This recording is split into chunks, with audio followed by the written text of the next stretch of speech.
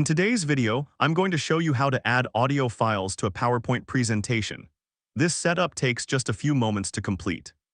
To start, open Microsoft PowerPoint on your computer. Once you've launched the application, go ahead and open the presentation you want to work with. This will allow you to add audio to the specific slides you have in mind. Next, you'll want to navigate to the toolbar at the top of your screen. Here, click on the Insert tab. This tab is your gateway to adding various elements to your slides, including audio.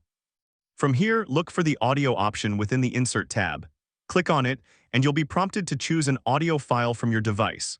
This step is where you select the sound file you wish to incorporate into your presentation. Once you've selected your file, PowerPoint will begin the upload process. After the upload is complete, you'll notice an audio icon appearing on your slide. This icon represents the audio file you just added and indicates that it's ready to be played during your presentation.